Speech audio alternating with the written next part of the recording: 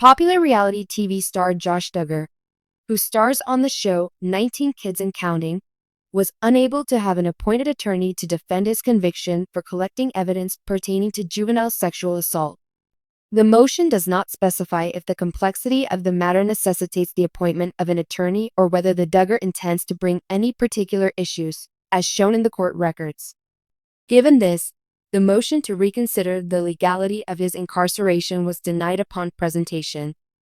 Duggar asked the judge to grant him legal representation, citing the case's publicity and the evidence under scrutiny as reasons for the need. Duggar was given a prison term of over 12 years. The federal government claims that he downloaded child pornography onto a computer in May of 2019. The dismal sky of Tennessee hung low over the federal penitentiary, making it look as though a lid had been closed. The flags that were flown before the razor-top barrier were fluffed by a cold wind. Josh Duggar lay still inside, in a small, vacant legal consultation room. He was staring at a metal table that bore no signs of kindness or justice. After months of exhausting all other avenues of recourse, including appeals, motions, requests for reconsideration, and habeas petitions, his legal team finally gave up and conceded procedurally. On this day, the last blow was dealt, and it echoed off his jail walls like a judge's gavel. They rejected. In addition to his good looks, nobody gave this guy a second thought when it came to the possibility of jail. No fresh legal backing has been provided. Nothing has changed. No courtroom is available. Nothing but silence. Later on, Josh's clenched hands were let go. When he finally understood that becoming angry would get him nowhere, it was midway between keeping track of the fissures in the cell ceiling and feigning oblivion to the cries of other prisoners during the night. Time passed slowly but steadily, and the walls eventually learned your name. You were either consumed by it or you refused to embrace it. This, however, being informed that he could no longer fight, struck him in a new way. It was the morning when all started, the day that the headlines exploded with the phrase, "Reality TV star Josh Duggar arrested on federal charges." He recalled that day. Half shocked and half knowing, the United States of America responded as it always does. Now reduced to mugshots and charges that are too horrific to recount, the son of the Duggar dynasty, who was once a poster kid for conservative family values, is now subject to these allegations. It was then when the conviction arrived. For a number of years. One's fall from grace, as seen on television and dissected.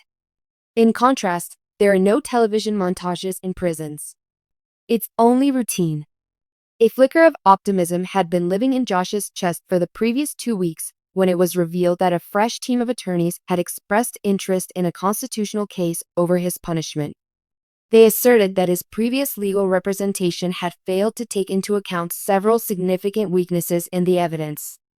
Even more esoteric precedents that were buried deep within dusty appellate judgments were included. If this is allowed, it may result in a complete reevaluation, and there is a possibility that the sentence will be reduced. On the other hand, that hope was dashed today. The letter of refusal was extremely effective, as it stated, "After reviewing the petition for new legal representation and reconsideration, the court finds no grounds upon which to reopen the case. The request is not satisfying. The decision has been arrived at." That was the case. There is no explanation. There is no window. It was little more than a closed steel door. There was nothing except numbness that left after Josh sat there for a long, attempting to breathe in the sterile air and trying to feel something, whether it was regret, rage, or remorse. Although he was outside the room, the security guy yawned and tapped on his phone. Josh Duggar had lost all concern for the passage of time. However, this was not the case across the nation. A legal activist and attorney who specializes in jail reform, Carla Reynolds, slammed the letter into her desk in Washington, District of Columbia. "This is not about having sympathy for Josh Duggar," she reminded her assistant as she quickly paced about like a storm. "This is about the right of every inmate to have legal representation, particularly in situations where an earlier representation may have failed them." "But it's Josh Duggar," the assistant murmured, taking care not to upset anyone but plainly feeling unhappy with the situation. Carla yelled, I don't care if it's Santa Claus or Satan's nephew. I don't care either way. Every single human being has the right to have access to appropriate legal hearings. Refusing to acknowledge that right is risky. Because if they are able to do it to someone with a public name, just think about what they are capable of doing to those who are not visible. To reach an old acquaintance in the press, she picked up her phone and dialed their number. This is something that has to be seen for what it really is. Now that he was back inside the prison, Josh had gone back to his unit. The denial quickly circulated throughout the community. Inmates muttered, some of them laughed, and others silently expressed their sympathy. It didn't matter what else Josh was. He was now a number in the system. He was now one of them. It was that night that Josh peered at the teeny window that was located above his bunk as the lights began to darken and the steel doors were locked with finality. There was a sliver of a better world that appeared to be a piece of moonlight that sliced through the glass. Was he responsible for the crime? There was a court that agreed. It was followed by the view of the public. However, this was no longer about how innocent one was. The word process refers to a fundamental legal right that can be turned off like a faucet. In the midst of that eerie silence, an odd occurrence took place. After rising from his sleep, Josh got up, went for the stub of a pencil that he had concealed beneath his mattress, and started writing. There is no appeal. Not a writing in a journal. Not a confession at all. Not a letter. To the court, to the people, and to anyone else who might still be listening, I am aware of how this appears. The fact that I am aware of what I've done or what I have been accused of makes it simple for me to avoid it. However, justice is not supposed to be about who is liked or loathed by the people. Fairness is the issue here. If we are to have faith in the system, we must have faith that it is effective for all individuals. In the event that it does not, if even a single individual is denied the opportunity to have their voice heard, then none of us are safe. It is not necessary for you to forgive me. I am not need to be liked by you. But I beg you, please do not allow the law to become a reflection of popular opinion. I am not requesting freedom. Rather, I am requesting the opportunity to fight using the instruments that the law provides to every man, regardless of how far he has fallen. I ask that you reconsider. It was Joshua J. Duggar. The weeks went by.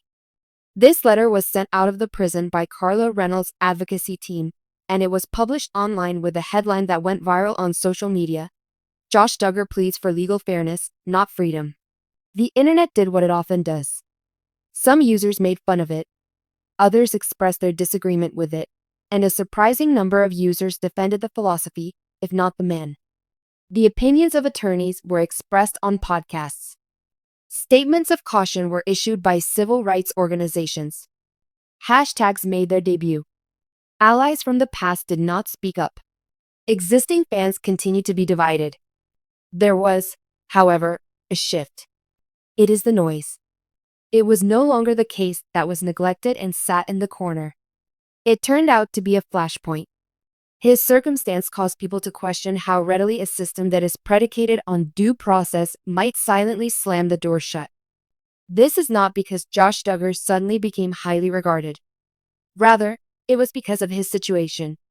And in the midst of all that mayhem, a solitary federal judge, who was examining urgent civil rights issues on a dreary afternoon, took a moment to reflect on a memo that had been sent from Carla Reynolds' office.